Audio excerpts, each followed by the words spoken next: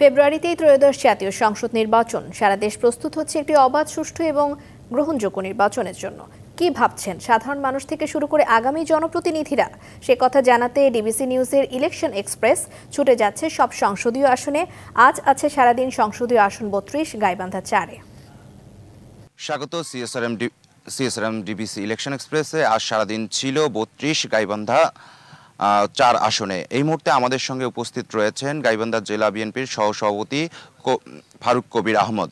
তার কাছে জানতে চাইব, তিনি এর আগেও এই আসন থেকে মনোনয়ন পেয়েছিলেন, এবারও মনোনয়ন প্রত্যাশী। তিনি কি আশা করছেন এবার? আসসালামু আলাইকুম। প্রথমে ধন্যবাদ জানাই ডিবিসি চ্যানেলকে এবং সেই সঙ্গে যারা দর্শক শ্রোতা আছে আপনাদের চ্যানেলের সাথে যুক্ত আছে সবাইকে ধন্যবাদ জানাই। আমি প্রথমেই স্মরণ করছি আমাদের প্রিয় নেতা,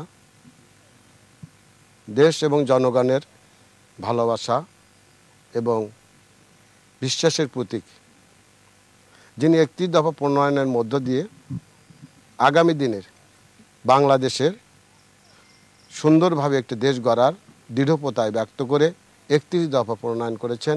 সেই নেতার একজন কর্মী হিসাবে আমি আগামী জাতীয় সংসদ নির্বাচনে অংশগ্রহণ করতে চাই। প্রিয় ভাইয়েরা, আসলে আপনারা জানেন আমাদের গোবিন্দগঞ্জ একটি উন্নয়নশীল উপজেলা তথা গাইবান্ধা ৪ আসন, গোটা বাংলাদেশে ৩২। আসলে আমরা তদুপরি অনেক জেলার চেয়ে পিছিয়ে আছি। এখানে উল্লেখযোগ্যভাবে আমাদের রাস্তাঘাট হয়নি, বিশেষ করে আমাদের স্বাস্থ্য খাতের কোনো উন্নয়ন হয়নি। আমি এই উদ্দেশ্য নির্বাচন করছি, যদি আমি আগামী দিনে আমার দল আমাকে প্রার্থী হিসেবে নির্বাচিত করে, জনগণ যদি আমাকে ভোট দেয়, তাহলে আমি দেখেছি আমার উপজেলায় স্বাস্থ্যখাত অত্যন্ত নাজুক অবস্থা। সেই সঙ্গে বিভিন্ন রাস্তাঘাট, ব্রিজ, কালভার্ট, সেতু, স্কুল, কলেজ, মসজিদ, মন্দির, মাঠ, শ্মশান এবং কবরস্থান থেকে শুরু করে বিভিন্ন জায়গায় উল্লেখযোগ্য কোনো উন্নয়ন দৃশ্যপট কিংবা চোখে পড়ার মতো নয়। এবং সেই সঙ্গে আজকের যে তরুণ, দীর্ঘদিন যারা ভোটে অংশগ্রহণ করতে পারেনি, এই তরুণদের একটা প্রত্যাশা আছে আমাদের দল তারেক জিয়া তথা আমাদের কাছে।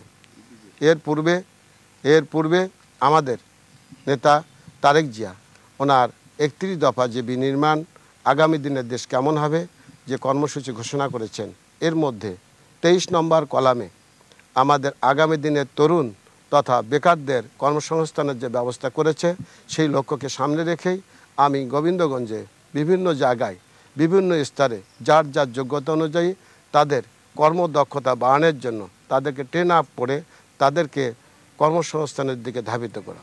আপনি মনোনয়ন যদি পান, পেয়ে নির্বাচিত হন, তাহলে এই জনপদের মানুষের যে আকাঙ্ক্ষা রয়েছে আপনার প্রতি, সেটার জন্য কি করবেন?